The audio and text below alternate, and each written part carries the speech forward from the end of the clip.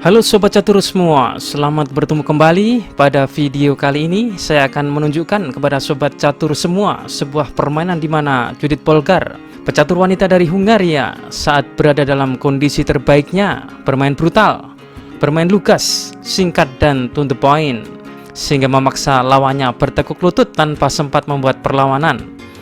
Permainan ini terjadi saat Judith Polgar berhadapan dengan Ilya Semirin di Olimpiade Istanbul tahun 2000. Oke, langsung saja kita lihat permainannya. Oke, Polgar yang memegang putih memulai dengan pion E4, dibalas Semirin G6. Judith mendorong pion D4 sehingga tercipta dua pion di pusat. Ini sangat kuat. Ilya Semirin memainkan gajah G7 dan ini selanjutnya dibalas Polgar dengan pengembangan kuda C3. Tentu saja memperkuat pion pusatnya. Pion D6 oleh Semirin dengan maksud membuka diagonal perkembangan gajah.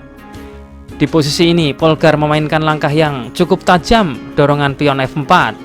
Sangat berambisi menguasai pusat sehingga setelah kuda F6, Judith juga menyelesaikan perkembangan sepasang kudanya.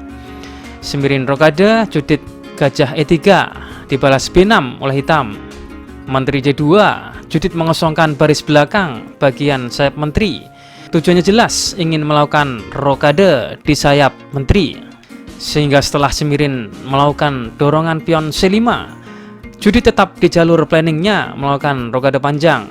Ini adalah cara yang paling agresif dimainkan putih di situasi ini. Bangunannya mirip Sisilia, sehingga setelah pion pukul pion dan gajah mengambil, kita tahu sangat berbahaya gajah ini karena menekan di sepanjang diagonal ini. Tapi ini sepertinya tidak biasa karena setelah ini hitam langsung menyerang dengan kuda. Gajah rentan dengan serangan kuda. Tapi apakah gajah ini ditukar? Tapi apabila gajah ini ditukar, maka gajah hitam akan aktif dan terbang melintasi sepanjang diagonal ini. Tapi ini ternyata sudah masuk dalam rencana Polgar. Polgar berani menukar gajah ini dengan kuda. Gajah hitam balik mengambil.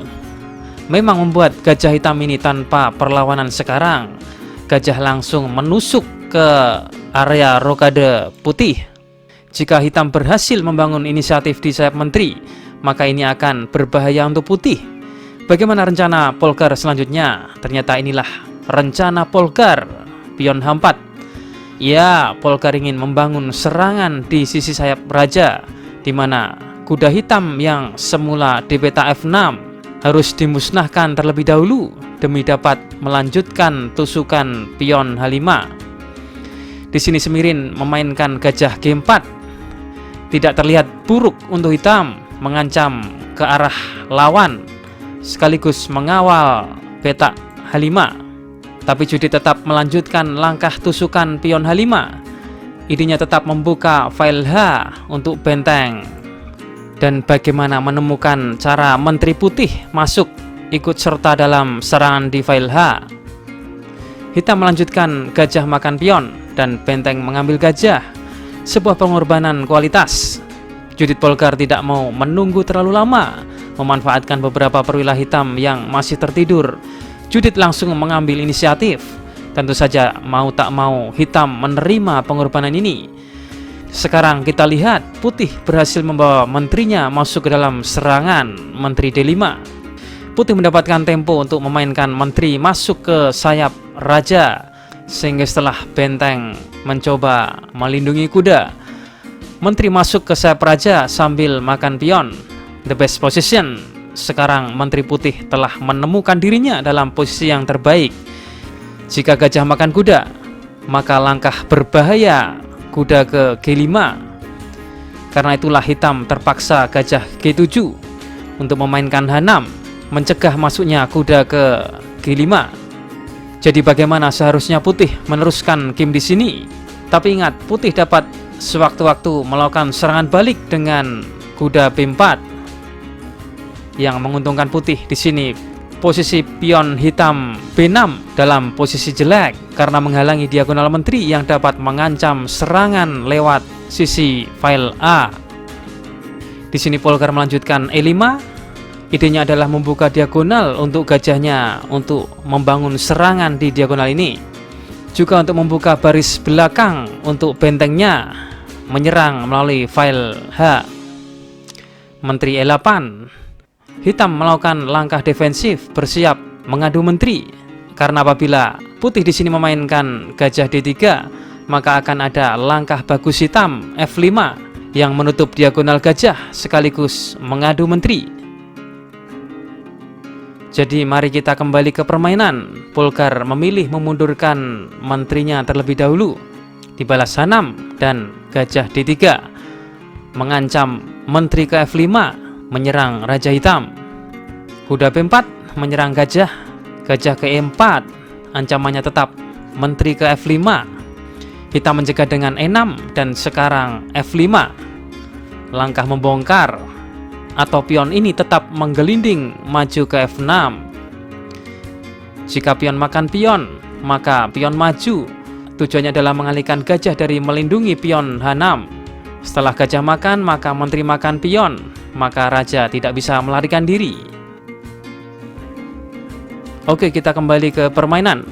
Di sini hitam melanjutkan benteng makan kuda, tapi judi tidak peduli dengan benteng hitam.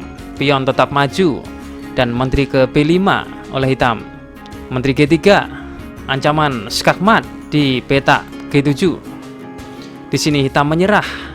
Memang ada ancaman serangan balik dari hitam dengan benteng makan pion, tapi setelah gajah mengambil, kuda skak, raja keluar, menteri skak, menteri kembali skak, menteri skak, dan raja ke F1, menteri skak, dan gajah memblokir. Maka habis sudah hitam dalam melakukan skak. Selanjutnya skakmat di G7 tidak terelakkan. Hanya butuh 22 langkah bagi Judith Polgar menghancurkan lawan. Benar-benar serangan brutal dan fantastis. Jawaban asa otak video kemarin, jawabannya gajah E5. Apabila menteri ke A6, maka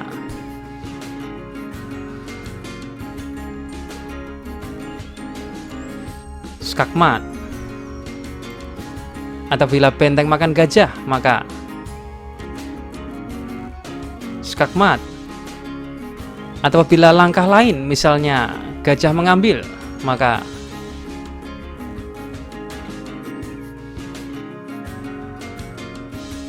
tetap akan skakmat. Oke, kita masuk ke segmen asa otak. Temukan langkah terbaik putih untuk memenangkan permainan. Jawaban asa otak ini akan kita tampilkan